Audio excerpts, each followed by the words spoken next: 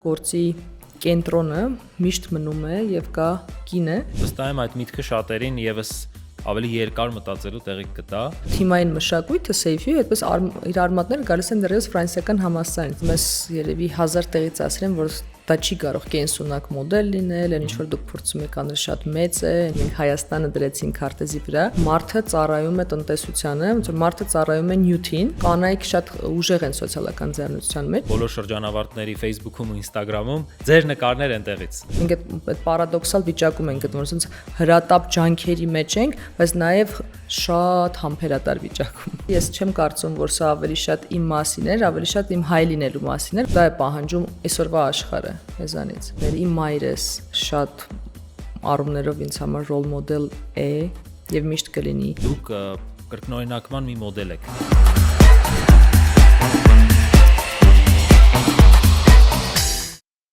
Ընկերներ, բարև ձեզ, դուք դիտում եք UFAR Alumni podcast-ը։ Մեր այսօրվա հյուրն է Մարիամ Թորոսյանը, Safe You հարթակի հիմնադիրը։ Մարիամ ջան, բարև ձեզ։ Բարև ձեզ, շնորհակալ եմ հրավերի համար։ Շատ ուրախ ենք, որ կարողացաք ժամանակ տրամադրել եւ գալ այստեղ։ Առաջին հերթին ես ուզում եմ մենք միասին հետ հայացք նետենք եւ հիշենք ֆրանսիականի ուսումնառությունը, որոնք են այն վառ հիշողությունները, որ ամեն անգամ ձեր մտքին գալիս են ֆրանսիականի մասին մտածելուց։ Ֆրանսիականի հետ կապված ամենավառ հիշողությունը բնականաբար իմ ընկերներն են։ Ես այսօր էլի դեպ ամեն օր այդ ընկերների հետ կապի մեջ եմ։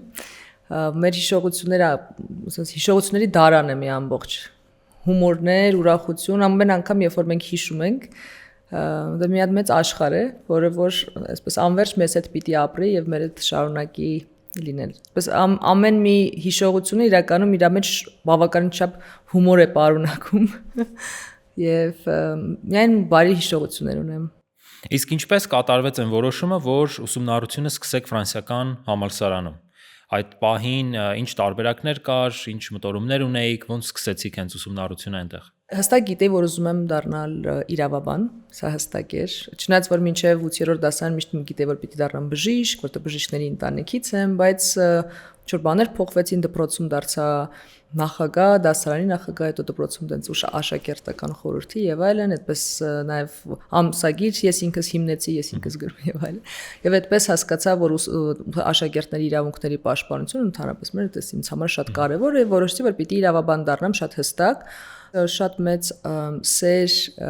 ունենալով ֆրանսիական մշակույթի նկատմամբ, ֆրանսիական գրականության, երաժշտության նկատմամբ, որոշեցի, որ ճիշտ կլինի, որ այնպեսի տեղ մի ուսանեմ, որտեղ տանև մշակութային առումով մի նոր դուռ կբացի, եւ այդպես շատ հստակ որոշեցի եւ այլտեղ չդիմեցի նույնիսկ, ասեցի ես պետք է ընդունվեմ ֆրանսիական համալսարան, այնտեղ եմ ուզում սովորել, նույնիսկ գնացի 0 կուրս, որտեղ նաեւ ցանոթացա իմ լավագույն ընկերուհու հետ եւ այդպես մենք շարունակեցինք եւ սովորեցինք ֆրանսիական համալսարանում։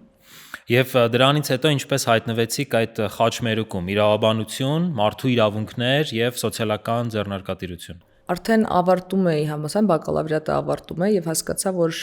շատ մասեր կան, նաեւ տեսական, որոնք դեռևս ինձ հետաքրքիր իրավաբանության մեջ եւ հետաքրքրություն առաջացավ նաեւ սոցիալական անթրոպոլոգիայի մարդաբանության մեջ եւ ինչպես են այսպես տարբեր մշակույթների մեջ ինչպես է իրան ցուցաբերում իրավունքը, իրավագիտությունը եւ մարդու իրավունքները որտեղ են այդ գտնվում այդ նույն խաչմերուկում եւ արդեն մագիստրոսական թեզի ժամանակ, որը իդեպ արեցի պետական համալսարանում, արդեն այդ ուղղվածությամբ էր գնում ամեն ինչ եւ նաեւ իմ ասպիրանտական ուսումնասիրությունները, որ սկսեցի անել Շվեյցարիայում, արդեն դրանք բոլորը այնց այդ խաչմերուկում էին, մարդաբանության, իրավունքի եւ թե ինչպես են տարբեր մշակույթները հարաբերվում իրավունքի եւ ընդհանրապես այդ իրավական համակարգերի հետ։ Արդեն բավական երկար ժամանակ էր որ նաև այդ ոլորտում աշխատում եւ ուսումնասիրություններ էի անում մարդու իրավունքների ոլորտում նաև աշխատում եւ նաև շատ հետաքրքրություն ունեի եւ սկսեցի նաև ուսանել հանրային առողջապահություն եւ այդ ամբողջ ոնց այդ երեք ուղղությունները համատեղ, նաև իմ հետաքրքրությունը տեխնոլոգիաների նկատմամբ, այդ ժամանակ արդեն շատ հետաքրքրված էի նաև արհեստական բանականությամբ, հա, դա մոտ 10-12 տարի առաջ կարասեի։ Այսպես հրավեր ստացա մի հետազոտություն ղեկավարելու, որի իմաստներ գտնել այնպիսի նորարարական լուծումներ, որոնք այս կամ այն կերպ նպաստում են կանանց նկատմամբ բռնության նվազեցմանը, եւ սա միջազգային, այսպես ձեռնարկությունների ինկուբատոր հիմնադրամի հետ համատեղ համաշխարհային բանկի ծրագիր էր դա եւ սկսեցի այդ ուսումնասիրություններն իրականացնել եւ այդպես ուսումնասիրությունների արդյունքում, քանի որ կանանց խնդիրները եւ մարդու իրավունքների եւ սոցիալ-մշակութային եւ հանրային առողջության խնդիրներ են, այդ բոլոր այսպես համայնապատկերում նորարարությունների հետ համատեղ, այսպես իմ բոլոր նախկինում սովորած այն փորձառությունները, այսպես խաչմերուկում հայտնվեցի ես ինքս եւ ուսումնասիրությունների արդեն ավարտին հասկացա, որ տարբեր բաներ կատարվեցին, որ սա չեմ թողնելու թղթի վրա եւ պետք է մի լուծում ստեղծեմ, որ յուրաքանչյուր կին այս աշխարհում հնարավորություն ունենա լինել անվտանգ, այս պարզ եւ կարճ մտքով եւ ստեղծվեց այդ լուծումը, որն էլ իր ձևակերպմամբ թե ինչ նպատակի է ծառայում եւ ինչպես է կառուցված, դարձավ հենց այդ սոցիալական ձեռներեցությունը այն մոդելը, որի միջոցով հնարավոր էր դա առաջ մղել։ Եվ ահա այստեղ էլ առաջ եկավ այդ սոցիալական ձեռներեցության մոդելը, թե ինչպես ենք մենք տեխնոլոգիաների միջոցով կարողանում ստեղծել այդ մոդելի միջոցով մի լուծում, որը կայուն կարող է զարգանալ եւ այսպես դառնալ նաեւ գլոբալ պլատֆորմ։ Եվ արդյունքում ստեղծվեց SafeU հարթակը, ճիշտ եմ ենթադրում։ Այո։ Հարթակի մշակման ժամանակ կային այլ ընտրանքներ, որ դուք ուսումնասիրում եք կամ այլ երկրներում արված ինչ-որ մոտեցումներ, որ որպես հիմք օգտագործեցիք, թե այնուամենայնիվ նմանատիպ լուծում համապարփակ կերպով մշակված չկար դեռ։ Ուսումնասիրության արդյունքում նկատեցի տարբեր լուծումներ աշխարհի տարբեր կողմերում, Մերձավոր Արևելք, Հնդկաստան, Աֆրիկա, ԱՄՆ, դրանք բոլորը որոշակի ֆրագմենտար խնդիրներ էին լուծում եւ որոշները ցավոք սրտի նաեւ ցախողել էին տարբեր պատճառներով, տեխնոլոգիաները չկարողանալով կիրառել կամ չկարողանալով կայուն մոդել գտնել, թե ինչպես կարող է մի բան, որ ստեղծում ես, կայուն զարգանալ եւ չծախողել, այսինքն ֆինանսական առումով, շուկաներ գրավելու առումով կամ հասնելու նրանց, ովքեր պիտի օգտվեն այդ լուծումից եւ այդ տարբեր թերևս այդ տարբեր ցուցիչները թե ինչու են այս կամ այն լուծումները ցախողել, դրանք բնականաբար գիտելիք հանդիսացան, թե ինչ պետք է չանենք եւ ինչ պետք է անենք, որպեսզի կարողանանք հաջողել։ Իսկ ինչ վերաբերում է իր բազմաֆունկցիոնալության, այդ համապարփակության մասին, ոչ չկա նմանատիպ լուծում, որ բոլոր կողմերից այսպես այդ էկոսիստեմի համար լուծում լինի, որովհետև սա միայն հավելված չէ, այլ նաև հարթակ է կառավարությունների, ոստիկանության համակարգի համար, միջազգային կազմակերպությունների, ՄԱԿ-ի կառույցների համար, այսինքն ինքը ամբողջ այդ էկոհամակարգը սկսած շատ լոկալ խնդիրներից ընդհուպ մինչև բարձր մակարդակի քաղաքականություն, այսպես բոլոր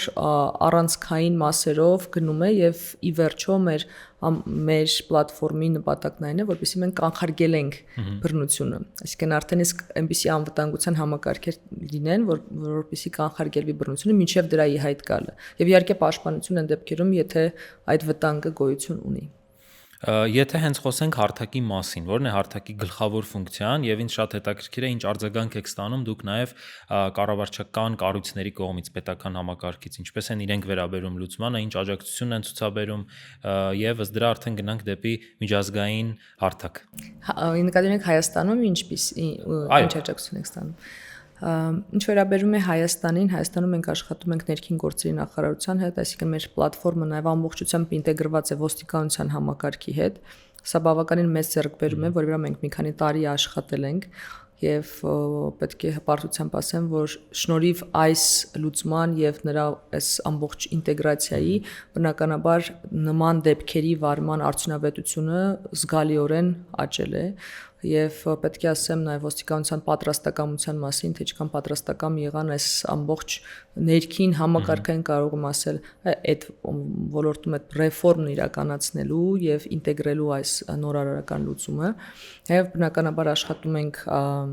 աշխատենք եւ սոցիալական հարցերով նախարարության հետ որոշ հարցերով նաև առնչվում ենք Արդարադատության նախարարության հետ, Մարդու իրավունքների պաշտպանի գրասենյակի հետ։ Հայաստանում շատ սերտ համագործակցություն ունենք ՄԱԿ-ի բնակչության հիմնադրամի հետ, մեր կարևորագույն գործընկերներից է, եւ իհարկե աշխատում ենք հասարակական կազմակերպությունների հետ, տարբեր կոալիցիայի մեջ ներառված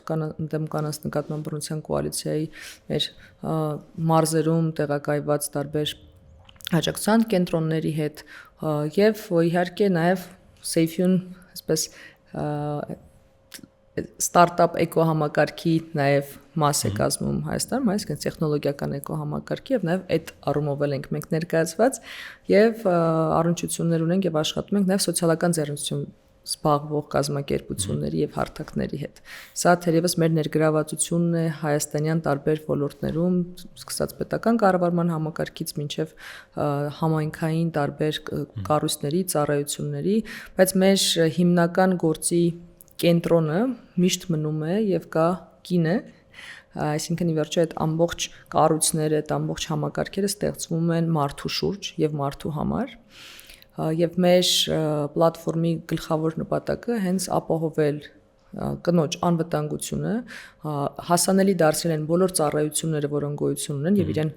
կարող են աջակցել, դրանք տարբեր աջակցության կենտրոններ են, տարբեր կանանց հզորացման ծրագրերն են եւ իհարկե հասանելի դարձնել հենց այն համայնքը, որի հետ նա կարող է կիսվել, իր հույզերը, պատմությունները եւ իհարկե ապահովել, որպեսզի լինեն հոգեբաններ, իրավաբաններ, բժիշկներ, որոնք կրկին շատ հասանելի են եւ անվճար խորհրդատվություններ կարող են տրամադրել հենց հարթակի միջոցով այն մարդկանց, ովքեր դրա կարիք ունեն։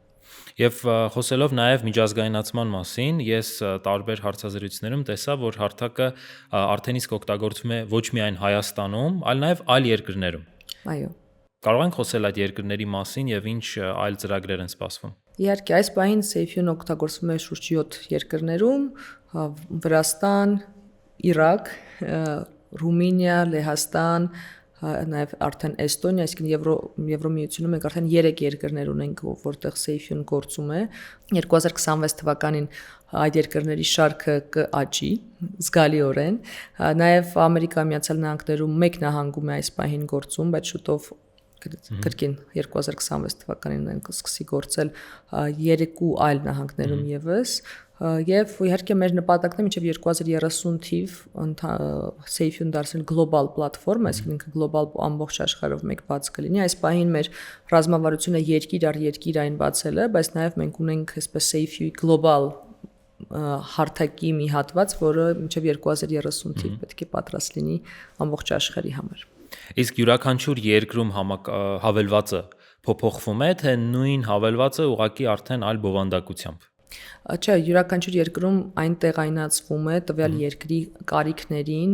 եւ օրինակ նույն Եվրոպայում մենք շատ զգալի ուշադրություն ենք դարձնում ուկրաինացի կանանց խնդիրներին, որովհետեւ այդտեղ շատ ավելի բարձր են ռիսկերը, նույն թրաֆիքինգի ռիսկերը եւ այս առումով մենք հստակ բացի լեզուն թարգմանելուց այդտեղ գնում է կոնտեքստի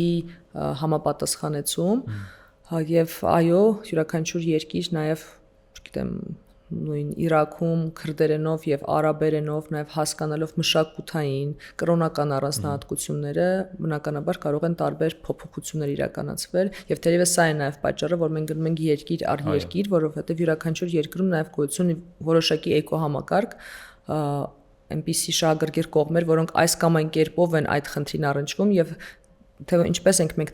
նրանց բերում դեպի մեր հարթակ եւ ինչ տեղ է նրանք զբաղեցնում են հարթակում, սա եւս process է, որ մենք պետք է անցնենք։ Դրա համար այսպես հիմնականում սկսում ենք պիլոտային ծրագրով, յուրաքանչյուր երկրում 1 տարի է տևում այդ ծրագիրը, հետո արդեն զարգանում է դեպի ավելի խոշոր ծրագիր։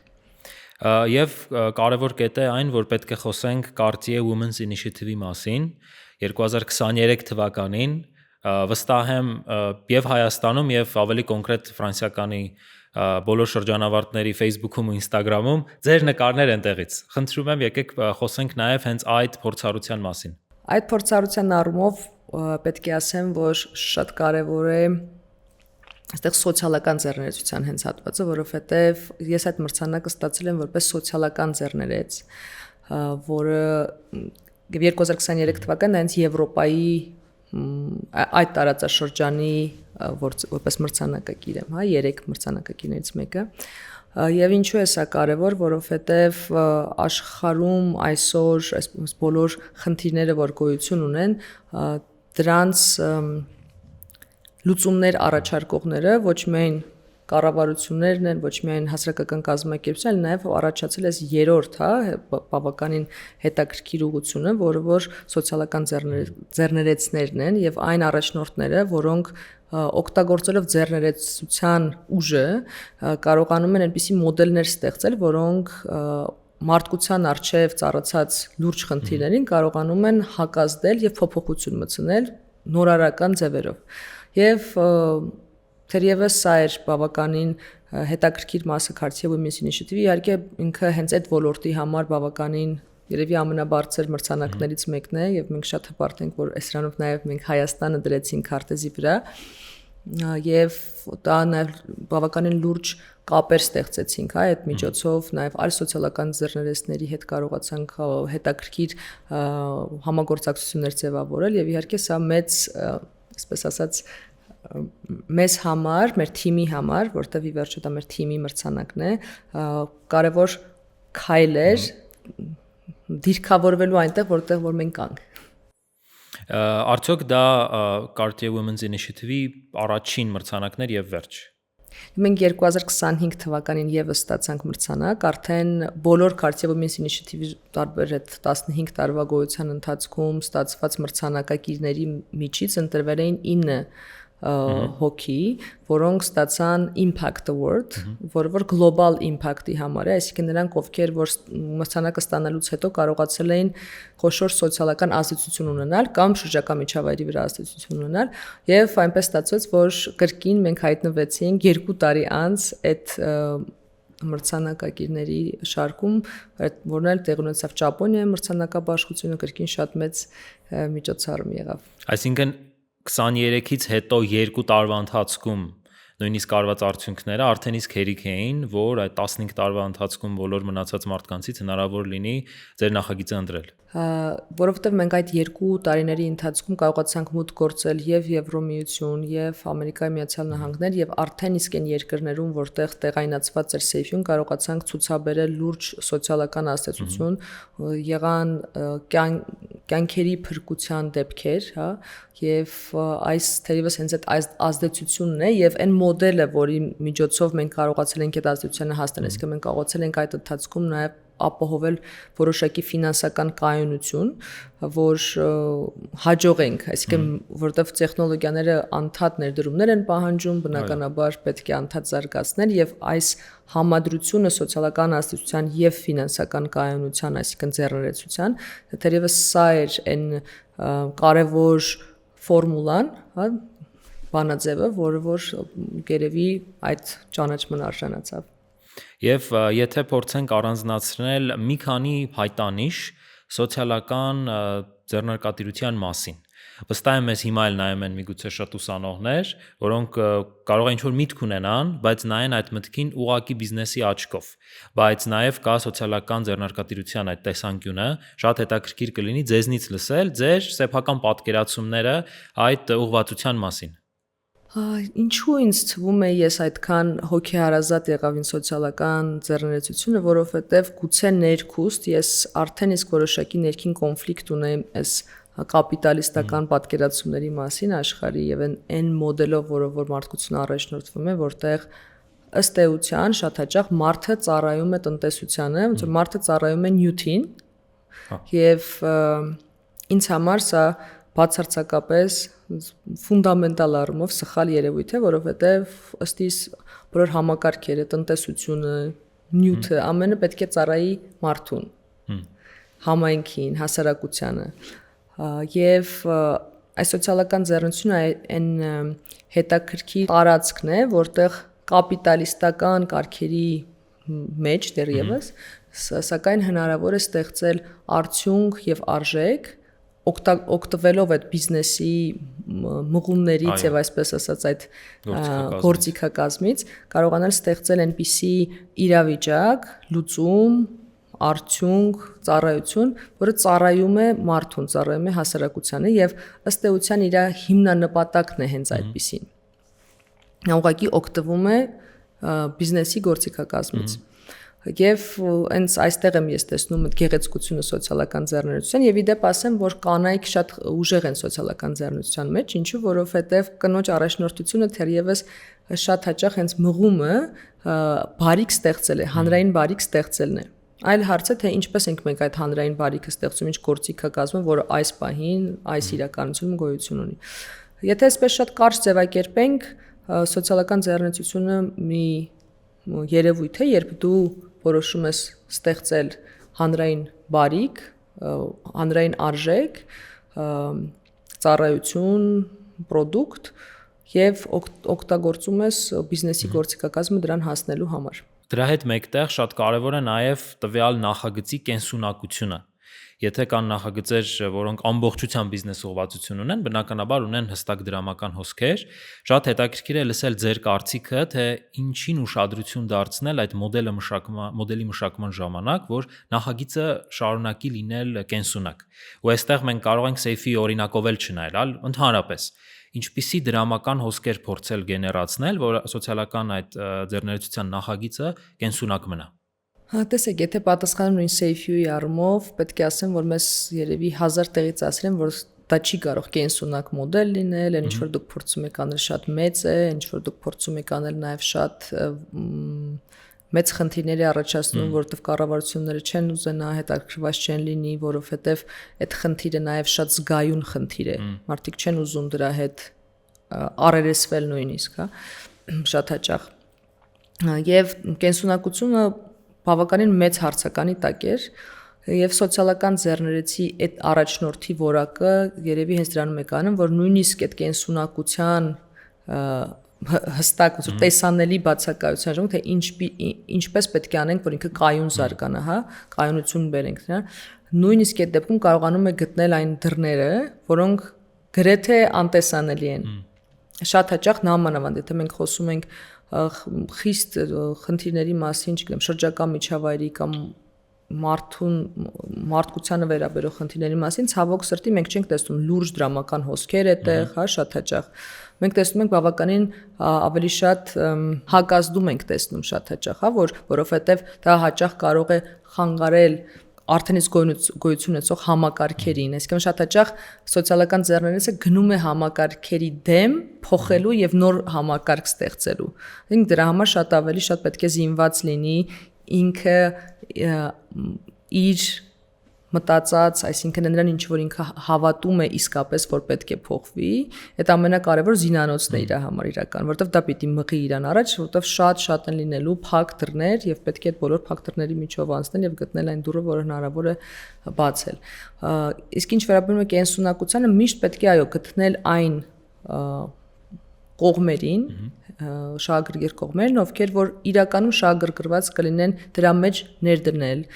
ովքեր որ պատրաստ կլինեն դրա համար վճարել, ովքեր իրականում պատասխանատուներն են դրա, սակայն դեռևս պատրաստ չեն դրա համար վճարել, բայց որոշ ժամանակ անց ստիպված կլինեն վճարել, որովհետև դրա մեջ նաև բավական դիվանագիտություն, քաղաքականություն է շատ հաճախ առնում, որովհետև շատ հաճախ սոցիալական ձեռնարկները հենց իրենք համակարգ ստեղծողներ են լինում։ Եվ թերևս այս բոլոր նյուանսները հասկանալը շատ կարևոր եւ ես շատ ուրախ եմ տեսնել, որ Հայաստանում այսօր մենք ունենք սոցիալական ձեռնարկության նկատմամբ բավականին շատ հետաքրքրություն եւ կարծում եմ, որ հենց երիտասարդները, այն նոր սերունդը այն հոգատարությունը, որը իրանք ունեն աշխարհի նկատմամբ, աշխարհի խնդիրների նկատմամբ, պետք է որ իրենց մղի նոր լուծումներ ստեղծել։ Եվ եթե խոսենք փոփոխություններ անելու մասին, արդյոք հենց այդ իրավիճակում դուք գնում եք ինչ-որ երկիր եւ փորձում եք տվյալ համակարգային փոփոխությունները բերել կամ ստիպել, որպեսզի այդ համակարգային փոփոխությունները լինել, բայց ավելի տենց բացասական կամ ագրեսիայից եկող ինչ-որ կետով, թե հաշվի առնելով, որ իրենք միգուցե չգնան հեշտ կերպով այդ փոփոխությունների, փորձում եք համագործակցության նոտայով այդ փոփոխությանը հասնել։ Միանշանակ փորձում ենք համագործակցությամբ հասնել եւ հասկանալով, որ այս ոլորտում պետք է խիստ համբերատար լինենք, շատ հաճախ այն ջանքերը, որոնք որ մենք գործադրում ենք եւ այդ ջանքերի արդյունքները, որ մենք տեսնում ենք 2-3 տարի է տևում մինչև մենք այդ ջանքի արդյունքը այսինքն այս ոլորտով նաև պետք է բավականին զինված լինել համբերությամբ, համբերատարությամբ եւ հասկանալ, որ այդ փոփոխությունը միանգամից չի լինելու, որովհետեւ դու շատ խորը համակարգային հասարակության մեջ արդեն իսկ արմատացած խնդիրների հետ գործ ունես, դրանք տարիների հարց է, որ կարողանաս փոփոխության հասնել կամ նույնիսկ ինքդ կարողանաս այն համակարգը, այն մեխանիզմը ստեղծես, որը իսկապես պիտի այդ փոփոխությանը բերի։ Այսինքն դա շատ հաճախ ահագին էքսպերիմենտների, անվերջ բանակցությունների, շատ հաճախ դիվանագետների, քաղաքական գործիչների, տարբեր բիզնեսների, մեծ կորպորացիաների, որտեղ մենք այսօր չգիտեմ, T-Mobile-ի, Uber-ի հետ ենք աշխատում, հա, տարբեր եվրոպական երկրներում, այնպիսի լուրջ մեծ կազմակերպությունների կամ կառավարությունների, որոնք որ այսպես միանշանակ դա չեն ընդունում եւ բնականաբար նաեւ նորություն է, նորության նկատմամբ շատ հաճախ էլի նորից լինում է հակազդումը, բայց այսպես աշխատանքը հենց նրանում է կայանում, որ համբերատար անես այն, ինչը գիտես, որ դա է ճիշտ ճանապարհը, դու տեսել ես, որ այս լուծումը մի երկրում կարողացել է այսքան կյանքեր փրկել, միանշանակ նա կարող է այդ նույնը անել մեկ այլ երկրում եւս, որտեղ նույն խնդիրներն են տիրում, ուղղակի դրա համար կրկին էլի ժամանակ է պետք, ոնց որ ամեն երկիրը մի հատ նորից նոր ճանապարհ վեցնես ու սկսես նոր խոչընդոտ երևի գտնեք այդ երկրում։ Կա ինչ-որ տարբերություն զարգացող երկրների դեպքում։ Զարգացող երկրների դեպքում բնականաբար շատ ավելի համբերատար պետք է լինես, որովհետև իրենք իրենց ներքին ռեֆորմների նախ այդ խնդիրը գուցե խոսում են, բայց այդքան է ձևակերպված չի, որ դա արդեն իսկ խնդիր է եւ անհրաժեշտ է դրա նկատմամբ լուծումներ ունենալ կամ ֆինանսավորում ունենալ, հա, այսինքն այս առումով ամեն երկիր գալիս է իր նյուանսներով եւ յուրաքանչյուր երկիր պահանջում է հասկանալ թե իր մշակույթը, թե քաղաքականությունը, թե միջավայրը եւ հասկանալ թե իրատեսական առումով ինչ խաղաքարտերի միջոցով եւ ինչ բանաձևերի միջոցով է հնարավոր մաքսիմալ արագացնել, բայց նաեւ հասկանալ, որ դրանից ավելի արագ անհնար է, որ ինքը լինի, այսինքն համբերատարությունը էլի շատ կարևոր է։ Ինչքան էլ որ այս խնդիրը ինքը շատ հրատապ խնդիր է, բայց այդ հրատապության հետ համատեղ մենք այդ պարադոքսալ վիճակում ենք գտնվում, ասենց հրատապ ջանքերի մեջ ենք, բայց նաեւ շատ համբերատար վիճակում։ Որտեղից է գալիս ձեր այդ համբերատարությունը։ Էլի նույն ակունքից է գալիս, այն ակունքից, որ ես հավատացած եմ, որ ընդհանրապես որևիցե մարդու նկատմամբ բռնություն պետք է չլինի, այն հավատամքից, որ մենք գալիս ենք այս աշխարհ սիրելու եւ խաղաղություն բերելու եւ ստեղծագործելու համար եւ այն բոլոր պատնեշները, որոնք որ մեր առջեւ դրվում են, որ թույլ չեն տալիս մենք ռեալիզացնենք մեր նպատակները, երազանքները, այդ բոլոր պատնեշները պետք է մենք բոլորս որպես այնպես կոլեկտիվ մարդկություն կարողանանք հետս հետե վերացնենք, որպեսզի մարդկությունը դառնա գոյություն ունենա խաղաղության մեջ եւ կարողանա ի վերջո իր ստեղծագործության, արարչության մեջ ապրի։ Եվ այդ ներքին ակունքը, որից որ գալիս է հենց այդ մղումը, թե ինչն է ինձ մղել ստեղծել, այդ նույն ակունքն էլ ասում են, որ այդ մղումը որ կա ինքը այսպես կյանքի հարց, այսինքն դու քո կյանքի ընթացքում պետք է դա այդ ամեն ինչը հասցնես անել, իհարկե խելացի ձևով, կազմակերպված ձևով ճիշտ լավ թիմերի եւ մարդկանց հետ աշխատելու միջոցով, բայց միևնույն ժամանակ հասկանալով, որ այս հազարամյակների ընթացքում արմատացած խնդիրները մի քանի օրում չպետք է լուծվեն եւ այն ինչը որ մեր մասն է, ինչ որ մենք կարող ենք անել, ուղղակի պետք է անենք եւ այդ համբերատարությունը ուղղակի առանց դրա անհնար է, որովհետեւ դա է պահանջում այսօրվա աշխարհը մեզանից։ Ես վստահ եմ այս պահին շատերի համար, չգիտեմ դա ձեզ ասել են թե չէ, վստահ եմ հենց շատ երիտասարդ կանանց համար էլ դուք կրկնօրինակման մի մոդել եք տարբեր առումներով։ Արդյոք դուք ունեիք, երբ որ նոր համալսարան եք ընդունվել, համանման ինչ որ կրկնօրինակման մոդելներ կամ ինչ ռոլ մոդելներ ունեիք այդ ժամանակ։ Շատ հետաքրքիր հարց է։ Ես կասեմ, որ ինձ համար իմ ասենց շատ մտերիմ մարդիկ, ում հետ որ ես կյանք եմ կիսում, հա, իրանք ինձ համար եղել են միշտ ռոլ մոդելներ, չգիտեմ, իմ տատիկները, իմ մայրս շատ առումներով ինձ համար ռոլ մոդել է եւ միշտ կլինի։ Այս բան կարող եմ ասել նույնիսկ որ իմ աղջիկս, որ 6 տարեկան է, ինքն էլ ինձ համար շատ առումներով ինձ այնքան բանը ցույց տալիս, սովորեցնում։ Իսկ այն մարդիկ, ովքեր որ ինձ շատ մոտիկ են, ես կարծես թե ավելի շատ հնարավորություն ունեմ իրենցից մի բան սովորելու եւ իմ ընկերները։ Օրինակ Լիլիթը, ում հետ որ մենք Safe-ui գործունեությունը միասին ենք կարելի ասել սկսել, մենք համակուրսեցիներ ենք եղել Ֆրանսիականում իրար ենք սովորել, մտերիմ ընկերուներ ենք դարձել եւ հիմա էլ կարող եմ ասել, որ այդ ընկերությունը այն մոդելը ընկերության, որ մենք հենց ի սկզբանե ունեցել ենք 17 տարեկանից սկսած, ինքը բավական հետաքրքիր ձևով իրեն արտահայտում է Safe-ui թիմային մշակույթի մեջ։ Ես կարող եմ ասել, որ թիմային մշակույթը Safe-ui այդպես իր արմատները գալիս են դեռևս ֆրանսիական համալսարանից։ Իսկ շատ եւ հետաքրքիր խորհուրդ ունի իր մեջ եւ շատ գեղեցիկ եւ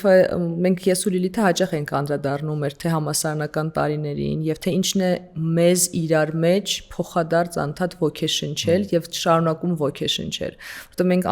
ամենօրյա պայքարի, ամենօրյա կռվի, ամենօրյա այսպես ջանքեր դնելու, գործադրելու մեջ բնականաբար դու կարիքն ունես այդ ոգեշնչման աղբյուրների, մարդիկ ովքեր որ քո համար ցուցիչ են, այլ որ ես սա կանեմ, որովհետեւ ես գիտեմ, որ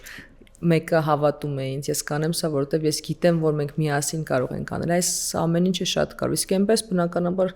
թե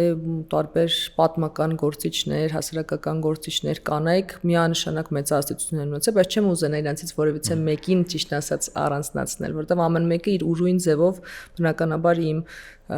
ներաշխարհի կերտման, իմ պատկերացումների մեջ բավականին մեծ ազդեցություն են ունեցել։ Իսկ ձեր կարծիքով այս պահին ինչպես է Հայաստանում զարգանում ընդհանրապես առաջնորդության ինստիտուտը եւ ըստ դրա էլ արդեն հենց կանանց առաջնորդության կոմպոնենտը։ Ինձ թվում է, որ Հայաստանում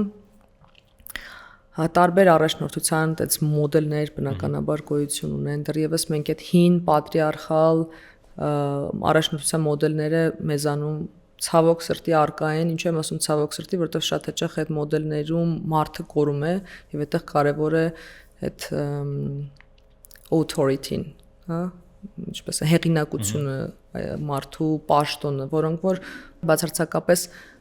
որևիցե կապ եւ աղերս ըստ իս չունեն առաջնորդության հետ, հա, առաջնորդը այն մարդն է, ով ստեղծում է միջավայր, որտեղ բոլորը կարող են առաջ շարժվել եւ աճել։ Այդ մարդն է, ով կարողանում է հասկանալ ժամանակը, հասկանալ իրադրությունը, հասկանալ թե ով է ինքը այդ ժամանակի եւ իրադրության մեջ եւ հասկանալ թե ուր կարող է մղել, այսինքն տեսլական է ունենում ավելի լավ ապագայի եւ կարողանում է ստեղծել այդ միջավայրը, եւ որտեղ մարդիկ կարող են զարգանալ, աճել, ազատ լինել, հանգիստ լինել, այդ ամբողջ բաները, որ մեզ ճնշում են անընդհատ, դրանք հետս հետե վերացնել, հա։ Եվ այստեղ ես շատ եմ կարևորում այդ ինտեգրացված առաջնորդի կերպարը, որ իր մեջ ինտեգրում է եւ կանացի եւ տղամարդկային, այսինքն երկու ուժերի համադրությունը կարողանում է իր մեջ որոշակի ներդաշնակության մեջ համադրել եւ տանել առաջ, որովհետեւ եւ կարեւոր է այդ կանացի ուժերի, այսինքն այն ամեն ինչ որ հոգ է տանում կյանքի համար, կյանք է բերում, այն ամեն ինչ որ սիրով եւ շատ հաճախ փափկությամբ է այդ ամեն ինչը նրբություն է բերում, գեղեցկություն է բերում եւ նաեւ այն ամեն ինչը ավելի այսպես ստրուկտուրա է բերում, այսպես համակարգայնություն է բերում այդ երկուսի համադրությունը եւ ինչքան էլ որ դրանք իրարամերժ են թվում այնուամենայնիվ ըստ իս դրանք իրարամերժ չեն դրանք միշտ իրար այո փոխ լրացնող երևույթ են եթե մարդը ինքն իր մեջ կարողանում այդ փոխ լրացումը ստեղծել իր մեջ երկու երևույթները համահավասար կարողանալ պահել եւ առաջ տանել միանշանակ այդտեղ կլինի առաջնորդ, որովհետև ինքը տեսնում եւ հասկանում է բոլոր կողմերը եւ իր մեջ այդ կայծը, այդ խայծը, որը որ առաջ է մղում, այդ տեսլականը անհնար է որ բոլորի համար չստեղծի այդ միջավայրը իր շուրջ, գոնե չստեղծի այն միջավայրը, որը որ տանում է դեպի աճի եւ զարգացման։ Ես ճիշտ հասկացա, որ լավ առաջնորդ լինելու համար, լավը իհարկե շատ լայն հասկացություն է, բայց այնուամենայնիվ լավ առաջնորդ լինելու համար պետք է համադրել եւ կանացի այդ ուժերը եւ տղամարդու տարբեր այդ ուժերը։ Արդյոք տղամարդը կամ կինը կարող է երկու տեսակի ուժերն իր էության մեջ համադրել։ Կարծում եմ, որ այո, որովհետև մենք ի վերջո լույս աշխարհ ենք գալիս հավասարապես մեր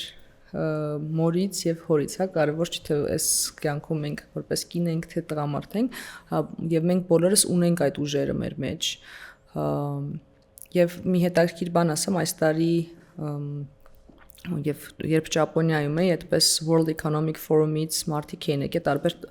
տեստեր էին անում հասկանալու մեր առաջնորդության մոդելը, ինչ ենք մենք մեզանից, այսպես ասած, եւ ինչ ուղղությունների վրա է պետք աշխատել, եւ այսպես գիծ քաշեցին գետնի վրա, եւ այսպես հարցեր էին մեզ տալիս, եւ այդ հարցի հիման վրա պետք է կամ աճ քայլես, կամ ձախ քայլես։ Մենք մոտավորապես 10 հոգի ենք, հիմնականում մի կեսը արևմտյան երկրներից էր, մյուսը արևելյան երկրներից էր, այսպես եւ այդ հարցերի արդյունքում հետաքրքիր էր, որ այնպես ստացվեց, որ մի մասը այսպես ամբողջությամբ հայտնվել էին սրահի լրիվ մի ծայրում, մի մասը հայտնվել էին մյուս ծայրում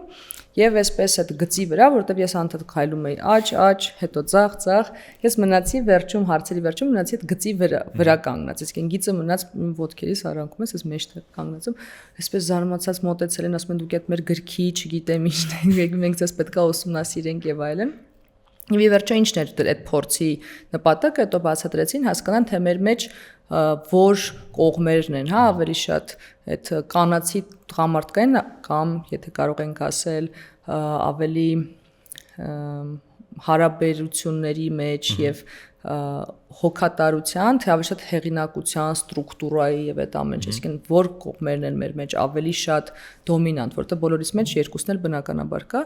եւ այդպես ստացվեց, որ ես հավասար ունեի ըստ այդ բնականաբար տեստի արդյունքներ, չեմ կարող ասել, որ միանշանակ ունեմ, բայց ստացվեց, որ հավասարապես արկային երկու կողմերը եւ ինձ համար իհարկե ավելի հետաքրքիր ես իրենց ասեցի, ես չեմ կարծում, որ սա ավելի շատ իմ մասին էր, ավելի շատ իմ հայ լինելու մասին էր, ասին ինչի՞ ես տենց մտածում, այդ նրանց ավելի շոկի դա էր։ Ասում եմ, որովհետեւ այս կողմում բոլոր չգիտեմ, Չինաստանից, Ճապոնիայից, Հնդկաստանից իմ գործընկերներն են, այս կողմում Անգլիայից, ԱՄՆ-ից չգիտեմ, եվրոպական այլ երկրներից իմ գործընկերներն են, ասում եմ, իսկ ես ոնց որ այդ երկուսի խաչմերուկում եմ գտնվում, ես ոնց որ ոչ այնտեղ եմ, ոչ էլ այնտեղ եմ, այնպես ինչպես իմ երկիրն է, ասի որովհետև ես նրանց էլ եմ հասկանում, բայց ես իմ դիրքում, ասի ինձ համար ավելի շատ ոնց որ քարտեզը բացվեր եւ ես ճիշտ տեղում հայտնվեցի, որտեղ որ ես եմ, ու ես նաեւ այդ պահին հասկացա, որ մենք հայերս իրականում այդ շնորհը ունենք, մեր իհարկե շատ առումներով վատ աշխարհագրական դիրքով պայմանավորված, բայց շատ առումով էլ նաև լավ աշխարհագրական դիրքով պայմանավորված, մեզ հնարավորություն է տրված լինել արևելքի եւ արևմուտքի մեջտեղում եւ հավասարապես տեսնելու եւ նաև մեր մեջ ունենալու այդ երկու կողմերը։ Եվ ես կարծում եմ այդ ինչ որ չափով պարադոքսալ երկու տարբերությունների համակցումը մի մարդու մեջ մի բան է, որ պետք է կարողանալ հասնել եւ ունենալ այդ մեջ։ Վստահ եմ այդ միտքը շատերին եւս ավելի երկար մտածելու տեղիք կտա եւ խոսելով իհարկե համալսարանական համատեքստի մասին դուք ունեք շատ ձեռքբերումներ, վստահ եմ դեռ շատ մեծ ձեռքբերումներ էլ արժևում են, ինչ զուգահեռներ կարող ենք տանել հենց համալսարանական ակադեմիկ կրթության հետ։ Շատերը դեռ հարցի տակ են դնում, թե համալսարան գնալ, չգնալ, մագիստրատուրա շարունակել, ընդհանրապես ասպիրանտուրայով զբաղվել, թե ոչ։ Հետաքրքիր է ձեր կարծիքը ակադեմիկ կրթության վերաբերյալ։ Իմ կարծիքով միանշանակ պետք է գնալ համալսարան, եթե ոչ սովորելու, ապա շփվելու եւ ընկերներ ձեռք բերելու եւ այդ ընկերների հետ հնարավորություն ունենալու ինչ որ ճանապարհ անցնելու։ Ես եթե հարցնեք ինչ եմ սովոր, բնականաբար շատ բաներ եմ սովորել, ես միշտ հիշում եմ, թե որ առարկաները ինչպես շատ հաճախ դժվարությունով չհասկանալով մենք ոնց էինք բոլորով հավաքվում, փորձում իրար բացատրելով, լսելով, պատմելով սովորել եւ ես կարծում եմ, որ ակադեմիական կրթությունը այդ միջավայրը, համալսարանական միջավայրն ինքնին, դասախոս ուսանող, դա միայն ինֆորմացիայի մասին չի, դա լուրջ էներգետիկ փոխանակման մասին է։ Մենք այնտեղ գնում ենք, որպեսզի փոխանակվենք տարբեր էներգիաներով եւ գիտելիք ստանանք, այլ ոչ թե տեղեկատվություն։ Այսօր տեղեկատվության առումով մենք խնդիր չունենք, աշխարհը լի է տեղեկատվական տարբեր հոսքերով, այսինքն այլևս դա այնտեղը չի, որտեղ դու պետք է գնաս եւ քեզ մի բան ասեն, որ դու այլտեղ չէիր իմանա։ Բայց դա այն վայրն է, որտեղ դու կգնաս եւ ինչ որ մի կյանքի հատված կապրես, կանցկացնես մի խումբ մարդկանց հետ, որտեղ դու կձևավորվես եւ կսովորես սովորել։ Սա մի բան է, որ մենք ֆրանսիական համալսարանում, ես կարող եմ ասել, մենք սովորեցինք, թե ինչպես սովորել, ինչպես վերաբերվել տեղեկատվության հետ, որ ինչպես տեղեկատվությունից գիտելիք ստանալ, հա, եւ սա շատ կարեւոր մի բան է, կարծում եմ ակադեմիական կրթության երևի ամենակարևոր մասերից մեկը ինձ համար հենց այդ միջավայրն է, ավելի քան այլ բան։ Եվ ամենավերջում յուրաքանչյուր թողարկման վերջում մենք ունենք մեկ խորհուրդ ուսանողին։ Իհարկե մեզ նայում են եւ շրջանավարտներ, եւ ուսանողներ, եւ դիմորդներ, որ դեռ մտածում են դիմել ֆրանսիական համալսարան թե չէ, բայց յուրաքանչյուր անգամ տենց համապարփակ խորհուրդ ենք ուզում ունենալ մեր հյուրից, որը ուղղված կլինի ֆրանսիականի ուսանողներին։ Սիրելի ֆրանսիական համալսարանի ուսանողներ, իմ ամենամեծ խորհուրդը ձեզ այն կլինի, որ միշտ ինքներդ ձեզ հարց տվեք, արդյոք դուք այդ պահին, այդ շրջանում ձեր կյանքի աճում եք, եւ եթե դուք զգում եք, որ դուք աճում եք, ինչքան էլ որ դժվար չլինի, ինչքան էլ գիշերները անքուն չլինեն, ինչքան էլ որ դժվարություններ չլինեն, թե մասնագիտական առումով, թե որպես մարդ ամենակարևորը, թե որպես ընկեր, եթե դուք զգում եք, որ դուք աճում եք, ուրեմն դուք ճիշտ ճանապարհի վրա եք, շարունակեք գնալ այդ ճանապարհով, ինչքան էլ որ դժվար չթվա, եւ երբեք մի փորձեք այսպես գնալ դեպի կոմֆորտի տարածք, նամանավանդ երիտասարդ ժամանակ, որովհետեւ այդտեղ դժվար է աճել, այդտեղ դժվար է սովորել մի բան, եւ ամենակարևորը եղեք լավ ընկերներ ձեր ընկերների համար։ Դա ամենամնայուն արժեքներից պիտի լինի ձեր ուսումից հետո։ Մարիամ, շնորհակալություն այդ պատասխանի համար։ Ես խոսելով ընկերության մասին, թող սա այս մեկը թող լինի վերջին հարցը, արդյոք միասին այդ նախագիծը սկսելուց դուք չեք կարծում, որ ընկերությունը միգուցե հարցի տակ գնա։ Եվ դուք կորցնեք ընկերությունը, ես շատ դեպքեր եմ տեսել, երբ շատ մոտիկ հարազատ ընկերներ սկսել են որևիցե նախագիծ, բայց ցավոք արդյունքում ինչ որ հարցեր են ունեցել եւ այդ ընկերությունը ուղղակի կործանվել է։ Ձեր դեպքը ինչպես եղավ։ Ճիշտն ասած նման հարց նույնիսկ չի ծագել իմ մտքում, շատ հետաքրքիր։ Ես գիտեմ բնականաբար, ես ինքս ականատես եմ եղել բազմաթիվ տասնյակ դեպքերի, երբ որ ընկերությունը ցավոք սրտի գործունեության բիզնեսի պատճառով, բայց այն ինչը որ ես կարող եմ ասեմ իմ եւ Լիլիթի մասին, ինչը որ մեզ կապել է թե համասարանական տարիներին եւ թե բնականաբար հիմա, ինքը հիմնակարային կարևոր նշանակություն ունի այս ամենի զարգացման եւ հաջողության համար եւ դրա հակառակը չի կարող լինել, որովհետեւ կրկին նույն ակունքից է գալիս, երկուսից մղումն էլ եւ նույն տեղն է գնում։ Ընթացքում բնականաբար կարող ենք ինչ-որ բաներ համաձայնվենք, ինչ-որ բաներ չհամաձայնվենք, բայց դրա մեջ էլ մի շատ կարևոր խորհուրդ կա, որովհետեւ քեզ ոչ միայն քո գործընկերն է ինչ-որ մի բան ասում, այլ քեզ քո ընկերն է մի բան ասում, ինքը քեզ դա ասում է նաեւ որպես ընկեր եւ դրա մեջ շատ մեծ հոգատարություն կա նաեւ, որը կարծում եմ այսքան դժվարին գործունեության մեջ, որտեղ բավականին մեծ խնդիր ենք վերցրել լուծելու, սա ես կասեմ, այո, հիմնակարային նշանակություն ունի։ Շատ կարևոր խորհուրդ տվեցիք, որը միգուցե ուսանողները, որ բիզնես պլանի վրա են աշխատում, լավ ընկերներ են, կարողանան օգտագործել այդ նախագիծը իրականացնելու համար։ Ես հույս ունեմ։ Շնորհակալ եմ զրույցի համար։ Մարիամ ջան, շատ շնորհակալ եմ այս տեղեկատվական, շատերի համար նաև ոգեշնչող, բայց ռեալիստիկ զրույցի համար։ Շնորհակալություն։ Հաջողություն։ Ընկերներ, մեր այսօրվա հյուրն էր Մարիամ Թորոսյանը, Safe You հարթակի հիմնադիրը։